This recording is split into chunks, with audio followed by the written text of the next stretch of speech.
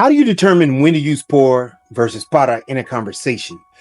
As a beginner, do you even know what these two words mean and how confusing they can be in Spanish? Well, in today's episode of 30 for 30, I'm diving into the grammar topic of por versus para by showing you a few of the ways I and many other people instantly can identify when to use each word in a conversation. Vámonos. Soy Profe Don Omar y el tema de hoy es por y para. So let's get it popping ahora mismo. ¿Sabías? Did you know? Hay dos palabras que quieres decir for en español. For en español tenemos para y por. Piénsalo. Anytime you see para from here on out, I want you to think of the acronym perfecto. Got an acronym that we're starting off with. We're going to talk about a few of these today in this episode. The first one, the P, la P, significa purpose. And you can check in the top right screen where we are in the acronym P for purpose. So what do we mean by that? Usually used as para más infinitivo to say in order to in inglés, the equivalent to that. Por ejemplo, yo estudio español para hablar el idioma. I study Spanish in order to speak the language. Y ahora tenemos la letra E, in effect, right? Significa to be used for, all right? Mira el ejemplo. Este jarabe es para la tos. This cough syrup is for a cough. It's used for, right? Y aquí tenemos la R.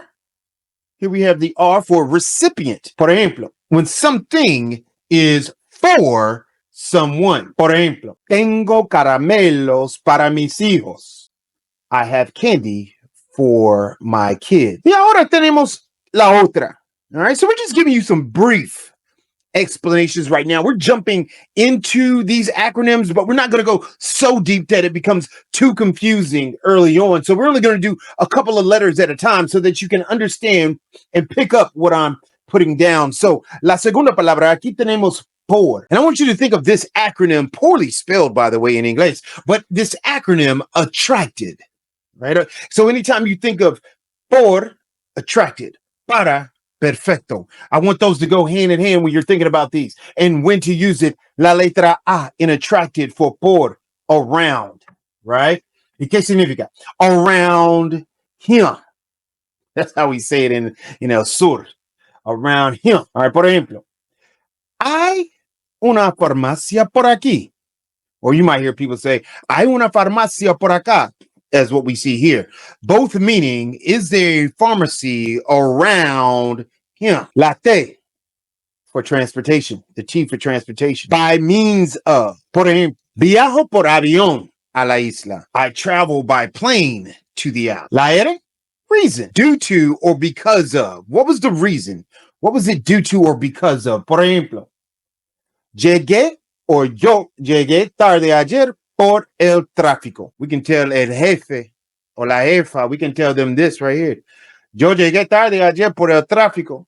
I arrived late yesterday due to or because of the traffic. We're just getting started in this 4-part series of por versus para in our 30 for 30 series. Click or tap the like button so I know to continue providing information like this, and most definitely subscribe so that I can help you further your journey in Espanol. So we only covered the first 3 letters in attracted.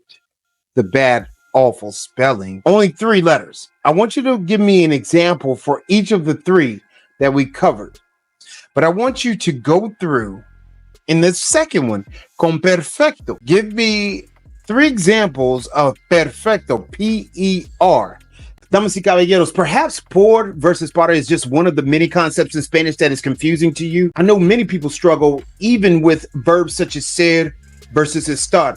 So if you check out these 2 videos right here, they will give you a better explanation of when to use ser, when to use estar. And if you want to keep leveling up your Spanish, make sure you come down and check me out. Soy Profe Don Omar. Nos vemos.